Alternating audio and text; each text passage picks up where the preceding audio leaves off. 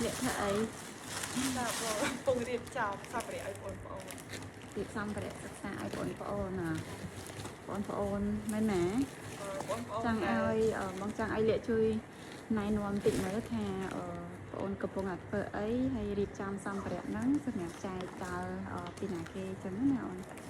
ពីសួរនៅខ្ញុំឈ្មោះលក្ខណៈអាយុ21ឆ្នាំសប្តាហ៍ថ្ងៃខ្ញុំបានបញ្ចប់ការសិក្សាឆ្នាំទី4នៅសាកលវិទ្យាល័យភូមិន្ទនីតិសាស្ត្រនិងវិទ្យាសាស្ត្រសេដ្ឋកិច្ចផ្នែកច្បាប់ហើយនឹងខ្ញុំរស់នៅអង្គការរយៈពេល7ឆ្នាំ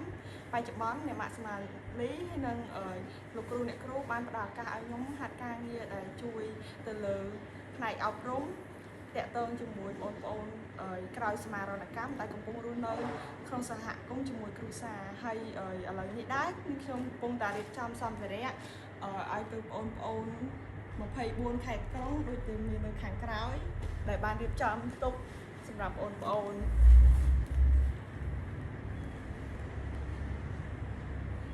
ហើយជារៀងរាល់ឆ្នាំគឺក្រុមការងារអប់រំតែងតែចុះទៅចែកសម្ភារៈជាមួយម៉ែចាស់គឺជារៀងរាល់ឆ្នាំមួយឆ្នាំម្ដងទៅតាមខេត្តនីមួយៗ24ខេត្តក្រុងហ្នឹងហើយសម្ភារៈនេះដែរគឺក៏បានមកពីសប្បុរសជនពីខាងក្រៅស្រុកនិងក្នុងស្រុកដែលបានឧបត្ថម្ភឲ្យមកខាងអង្គការ AFISIP គឺចែកដល់បងប្អូនទាំងអស់គ្នាសម្រាប់ប្រើជាចាំបាច់ក្នុងការសិក្សារៀនសូត្រហើយ